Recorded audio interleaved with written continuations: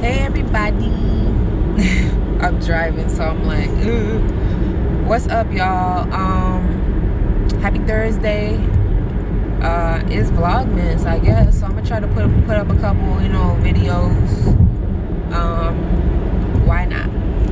I've been wanting to make a video talking about some of the things that's happening, some of the hot topics that's been going on. Quick life update. I know y'all know I've been going through a lot, still going through a lot, but I appreciate everybody who's trying to, be there for me, have, my back, support me. I feel like there is an end in sight. It's not as near as I would want it to be, but I think it will be here soon. Soon to be ex-husband is still putting me through some BS, bringing my kids around his girlfriend, even though we agreed that would not be something that would be good for them, and definitely not something that I want. But the disrespect. If anybody out there is a lawyer and you want to give me some legal advice on what I could do about that, please let me know, because my kids don't even, when I ask them if they want to visit him, they don't even want to. And my older son has already explained to me why.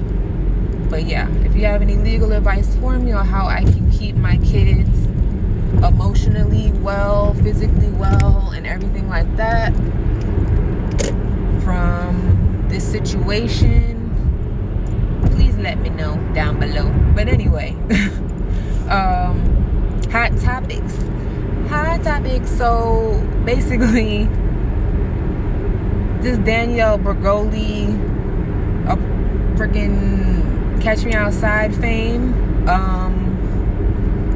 is apparently like attacking black women for the way they wear their hair, because she felt like they were attacking her because she got box braids.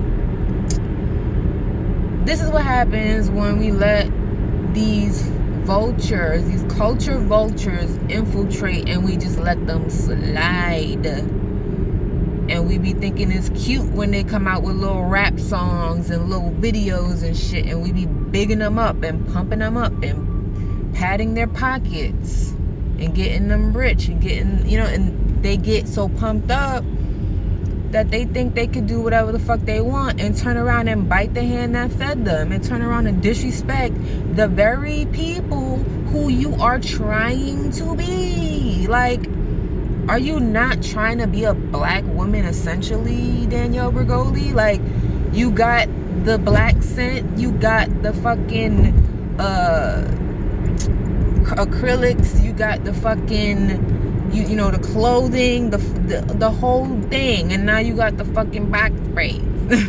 So are you not trying to be a black woman, but you're gonna sit here and try to talk down on black women for wearing wigs?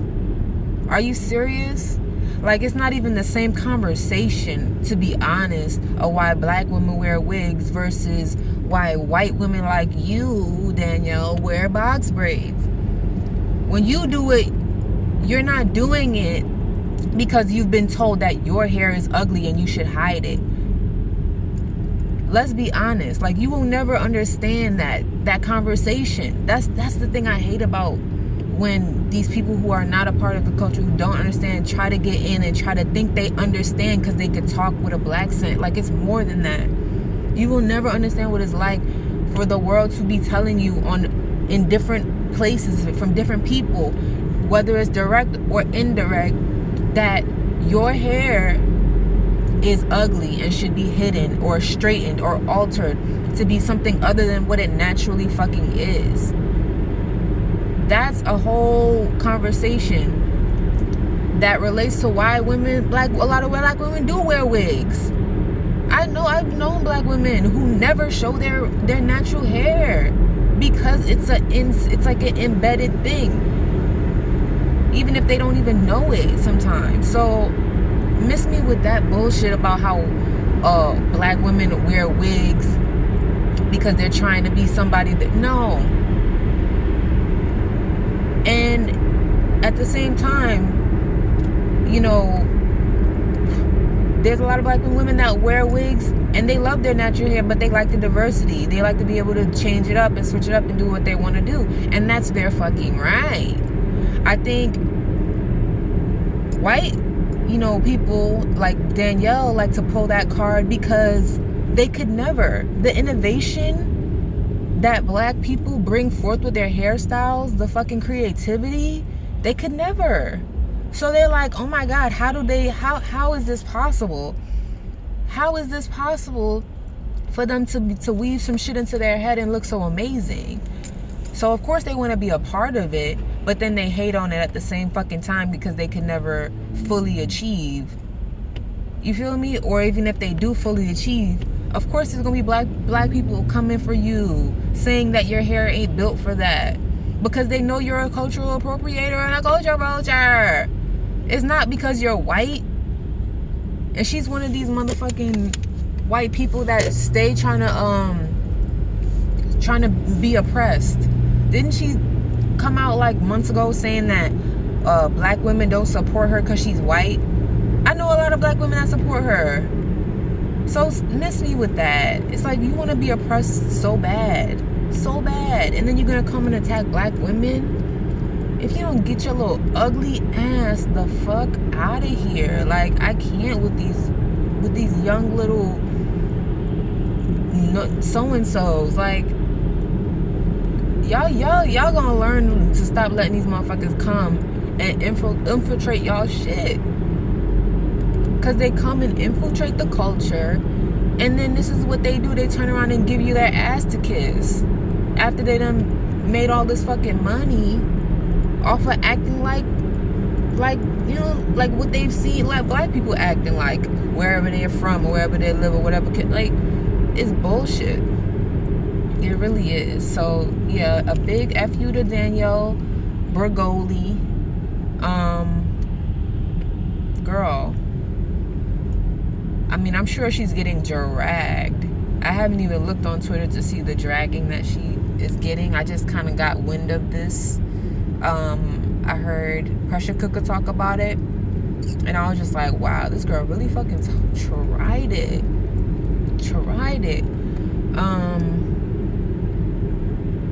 Yo, you never will understand. Like, I can't.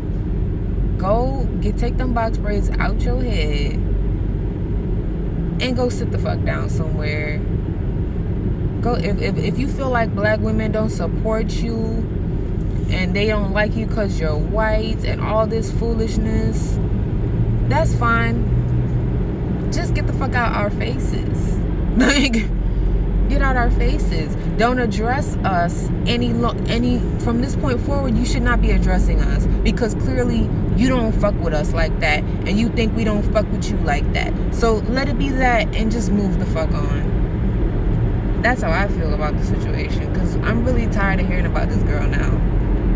So that's that on that. And the other thing I wanted to talk about was T.I., Tiny, this whole Hyman thing, Red Table Talks. Girl, like, what is really going on with T.I. and Tiny's relationship? Or even his relationship with his children. Like, it's a hot, wretched, raggedy ass mess. Like, you checking your... First he said he was doing the Hyman checks, was extremely detailed about his story, then backpedaled, pussy popped, and was like, oh, well, actually, they took me literally, but I wasn't being literal. Yada, yada, yada. I hate the way T.I. talks with all that fucking unnecessary verbiage and vocabulary. Like, I understand wanting to use your vocabulary, but I feel like he tries to think of the most complicated word he can use to, you know, in a sentence. I don't think he's doing it just naturally. Like, that shit is so fucking annoying. And like, As Rox puts it, Forrest Rox calls him intelligent adjacent, and I think that's such a spot on description of him. It's like he is close to being intelligent. Like he's around the corner from intelligence, but his misogyny and his arrogance and his ego, I think, will, they just will not let him make that turn. You know what I mean? Like, they just won't let him fully become the intelligent man that he could be one day, someday, maybe, possibly. But yeah, he's clearly controlling when it comes to the women in his life. When it comes to the men in his life and the young men in his life, his sons, he clearly lets them have free reign to do whatever the fuck they want to do. But when it comes to the women in his life, it's like you have no control. It just shows like how deep his misogyny goes, like I don't feel like he respects women. He thinks women are not as capable, and it shows. Like the way that he kept cutting Tiny off during the Red Table Talks. Did y'all peep like just the energy like that he was giving? Like he did not want her to talk. Like he was more respectful to Jada and her mom than he was to Tiny. And I was dying at Grammy's facial expressions, because Grammy was looking at this nigga like, good and goddamn well, like ain't nobody buying this shit. But I'ma let you finish. I'ma let you finish, but we know it's some bullshit. Oh, when I was in prison, and when I came home, I began to realize that there were certain protocols and things that we had to there was an acclimation period that had to take place for me to. What you mean is, you went to jail, you was being told when to shit, eat, sleep. She was living life holding down everything that you could no longer. And when you came home, you thought she was just supposed to drop everything again and let you take over after she had been doing everything herself for almost a goddamn year. That's what it was. You thought, okay, I'm back now. I'm back in control. And that's not really how it works. Yeah, that might have been what she agreed to. And he was like, oh, that's consent. She consented to that lifestyle. Like, consent? Ooh. That's, ooh. Okay, she consented to be in control, I guess. But it's like things change within a relationship, especially when you go to prison multiple times. So for you to go to prison multiple times and then expect that life is just going to stay how you mapped it out when y'all first got together is ridiculous. It's ridiculous. So yeah, I feel like he should have, if he was somebody who actually cared and valued Tiny and really thought about the way that she felt, he would have taken that into consideration. But he doesn't. It's all about him. So it's like, okay, well, I'm back now, so you fall back in place and do what I want you to do. So yeah, I don't think that that's a very pleasant arrangement. I don't think it's a happy union at this point. And that was like one of the first times I saw Tiny stick up for herself. Is it just me? Because I don't remember her sticking up for herself other times. And she really tried to be like, no, what you trying to say is I got a voice and you didn't want me to use my voice because this is not what you was used to. And he was like, well, how you gonna use your voice against me? It's not against you. But if you are trying to, you know what I mean, like put me in a motherfucking cage, yes, I'm gonna use my voice against you.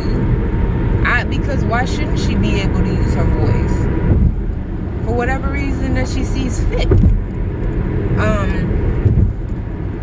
T.I. is, he's just really kind of gross as a man. Like, he's kind of gross. And I used to think T.I. was really attractive and stuff, but his personality really put, I make sure I ain't got no wife stuff. His personality really put a damper on how I felt about him. Like, when I only knew of him as a rapper, I feel like people liked him more. I feel like now that he's doing all this talking and all that, I don't think anybody really want to hear what he has to say. At least a lot of women, because the misogyny is so thick. It's hard not to see it and smell it. The stench of it is just overwhelming.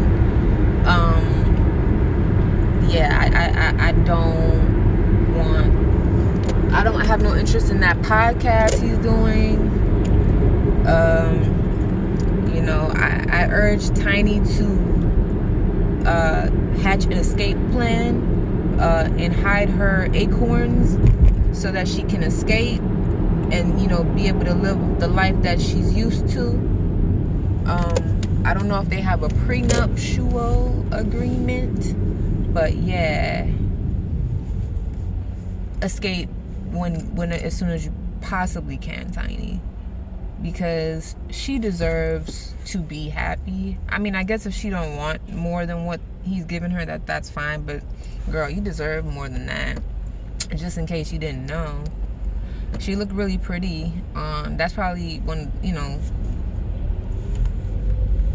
I don't know, something was different about her face, but she looked really pretty. That was one of the times where I was like, okay, she looks nice. Sometimes her hair be doing a lot, her makeup be doing a lot, and she already has like very like strong features, so it be a lot sometimes, with Tiny. And then she got the blue eyes now. It be a lot sometimes, but she looked nice. She looked nice. Jada, I love Jada, but I wish she would have kind of like got in there a little bit more, like stuck it to him a little bit more. But it is what it is. And Jada's really like, she really just came in this whole Facebook, media game, and this whole like, she just took it to a whole other level, which I'm like really proud of her for. I always was a fan of her, and it's cool to see her coming into this arena and just doing her thing, and making her own lane, and like people like really responding to it. And it's like we have our own place that we could, black people can go to have these discussions, and I think it's a cool thing for sure. The more places that we have to do these things and have these conversations, the better. Sans white voices, no offense to white people, but we have enough of that where we have to have our conversations with white people included, and they don't understand sometimes a lot of what the conversation is really about. So yeah, I'm all for that. And like, I hate the fact that I even have to make that explanation of no offense to white people. Like, I hate that, but it's like, white people gonna be like, hey, the real white people understand what I'm fucking saying. But anyway, what else is happening in Hot Topics?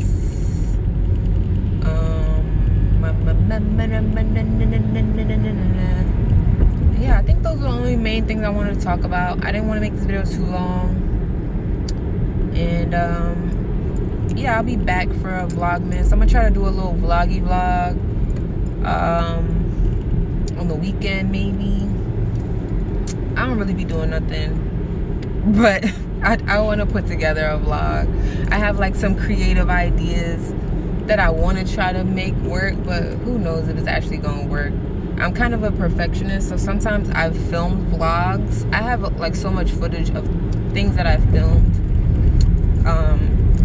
and it didn't come out the way I wanted to, so I just scrapped it, which is why sometimes I just do these videos where it's just one cut and I just talk and then I upload it, because like that's the only way sometimes that I can like not be so critical of myself, is if I don't watch it back. I just record it, put it up, and that's it.